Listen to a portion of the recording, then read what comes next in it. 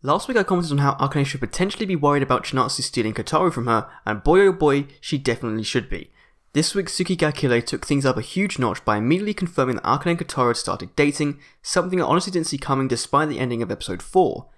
I'd thought that they were going to take things slow and try and become friends before taking the next step, but it seemed as though they had other plans. However, despite this immediately sounding like great news, there's a huge downside to how they're going to about their relationship, which is in secret. As such, they both spend the majority of the first half of the episode trying to find ways of being able to talk to each other during school, as none of their friends know what's going on. Well, no one apart from Chinatsu, who only found out for sure because she had happened to be headed to the library to discuss cram schools with Kotaro at the exact same time that Akane was supposed to meet with him during lunch. This wouldn't have happened if Akane's social anxiety hadn't kicked in and kind of forced her not to leave her friends during lunch, and as such she was late to their planned meeting.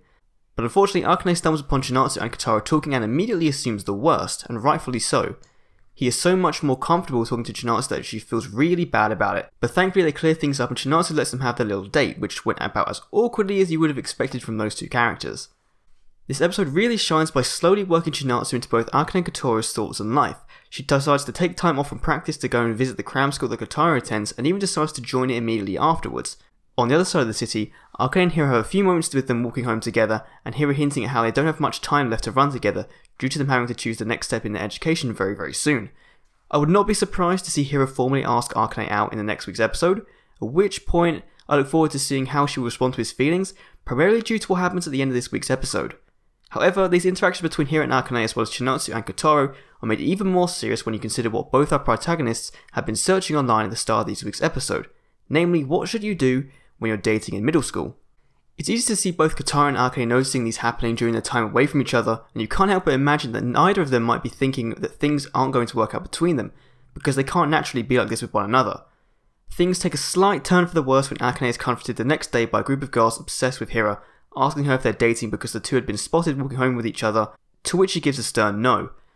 It isn't until the final 5 minutes where things really ramp up and I'm reminded once again why I enjoy the show so much. It's how these characters react to each other and the situations they're in. It doesn't help that they're both completely adorable while doing so. Kotaro is really getting worried and bogged down because he can't find the perfect moment for the two to be alone, to just talk. So he asks his friend who owns a local bookstore for advice, choosing to hide his true intentions by masking the request as a case study for his upcoming novel. However, he sees right through it, and rightly so. He saw the way Kotaro reacted to Akane when he missed her track meet and when they met up afterwards. And so he lets Kotaro borrow the store for a few hours so he can spend all the time he needs with Akane. And thankfully she comes. As expected, the two find it really hard to make conversation with each other, as we saw in the past 4 episodes, opting to talk about their performance in their school exams, Kotaro's novel, and Akane's track performance. Both showing they care deeply about each other's passions, especially Kotaro, who says he really likes it when he sees Akane run, and he'll come and watch her and cheer her on, which gets her really flustered. Then the music kicks in, and my god is the music fantastic in this show, especially the really tense emotional scenes these two share with each other. Kotaro glances over Akane's hands, grasping her stuffed potato stress reliever, seeing how flustered she is, and then to my surprise, and I'm guessing everyone watching this train ride of emotions, he puts his hand on hers and slowly she accepts and they hold hands, which for them is a huge step and one which is very welcome to see. We're almost halfway into this show and we finally got a nice amount of growth between them, especially in Kotaro's character, all throughout this episode going out of his way to find every possible chance they could meet together, to taking his first step with a girl he cares deeply about, and despite how emotional and embarrassing this moment was for both of them, we all know the episode had to end on one particular note. A soul-crushing cliffhanger that was a text to Akane from Chinatsu letting her know that she has a crush on Azumi, which you can tell in that moment broke her heart, and she had no clue about how to deal with it.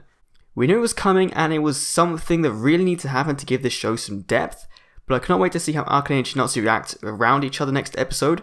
Will it be super awkward or will both of them try and act normal around each other to not alert any of their friends?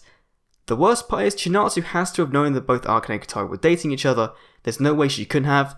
She may have spoiled one of her best middle school friendships and I cannot wait to see how they deal with that.